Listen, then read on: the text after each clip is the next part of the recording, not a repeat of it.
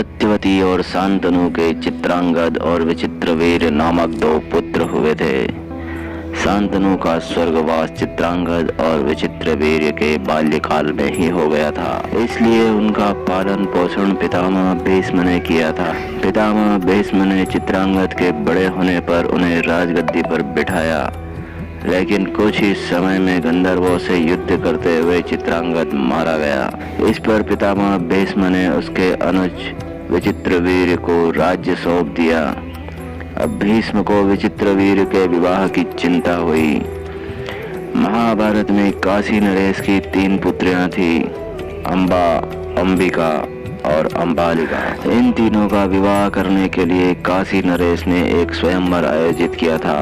इस स्वयंवर में भीष्म पितामह बिना बुलाए ही चले गए थे और तीनों राजकुमारियों का हरण कर लिया। तीनों राजकुमारियों में से अंबा ने भीष्म और सत्यवती को कहा कि वह साल्व नरेश को चाहती है, इसलिए उसे छोड़ दिया जाए। भीष्म पितामह ने उसे साल्व नरेश के पास भेज दिया, लेकिन साल्व नरेश ने अंबा को अपनाने से इनकार कर दिया क्योंकि उसका हरण हो चुका था। ऐसे में अंबा वापस हस्तिनापुर आ गई और भीष्म पितामह को आकर के कहा कि उसका विवाह विचित्रवीर्य के साथ ही कर दिया जाए, लेकिन विचित्रवीर्य ने भी मना कर दिया।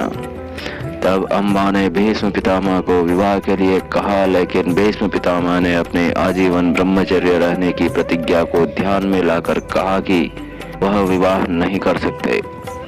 अब अंबा रुष्ट होकर चली गई और अपने साथ हुए इस तिरस्कार का उत्तरदायी भीष्म पितामह को मानने लगी, क्योंकि उन्होंने ही उसका हरण किया था। उसने भगवान शिव की तपस्या की और भगवान से यह वरदान पाया कि वह पितामह भीष्म की मृत्यु का कारण बने।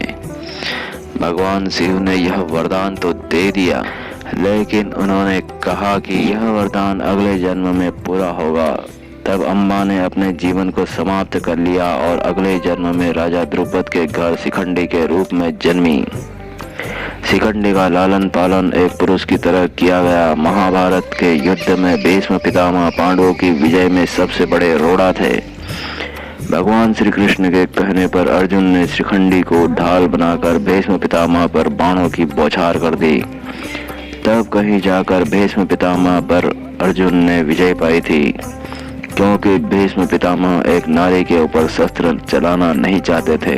वह जान गए थे कि यह अंबा ही है जो पिछले जन्म का मुझसे बदला ले रही है और अर्जुन के सामने ढाल बनकर खड़ी है। तो दोस्तों, यह जानकारी अगर आपको अच्छी लगी हो तो वीडियो को लाइक करें, शेयर करें और चैनल को सब्सक्राइब करें। धन्यवाद। जय श्री कृष्ण।